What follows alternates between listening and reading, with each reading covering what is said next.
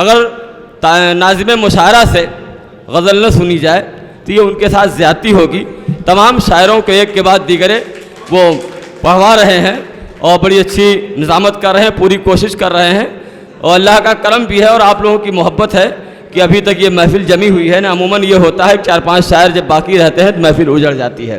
बहरहाल मैं इस एक शेर के साथ उन्हें दावत कलाम दे रहा हूँ कि आईना खुद मुंतज़िर हैं अपनी शिकस्ता दिली के हम, खुद मुंतज़िर हैं अपनी शिकस्ता दिली के हम, आईना टूट जाए तो आईना गर मिले, आईना गर की तलाश में। जनाब शाहबाज ताली।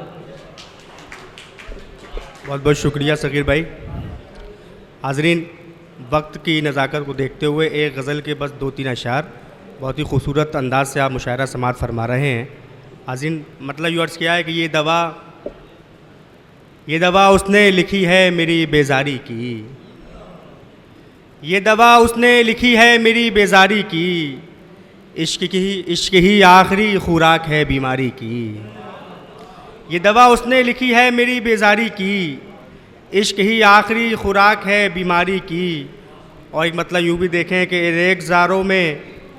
रेगज़ारों की हथेली पे भी गुलकारी की, रेगज़ारों की हथेली पे भी गुलकारी की, दश्त में हिज्र नहीं वस्ल की तैयारी की, रेगज़ारों की हथेली पे भी गुलकारी की। बहुत शुक्रिया। दश्त में हिज्र नहीं वस्ल की तैयारी की।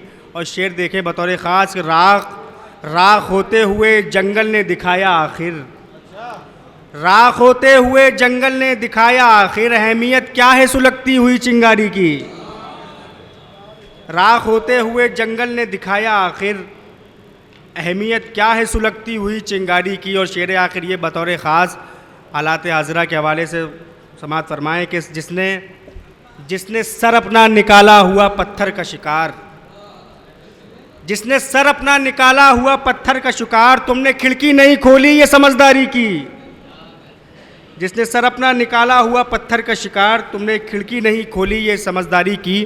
बहुत बहुत शुक्रिया। आपने दाद नहीं दी ये भी समझदारी की, वरना मैं और पढ़ता, वक्त की नज़ाकत इतनी नहीं है।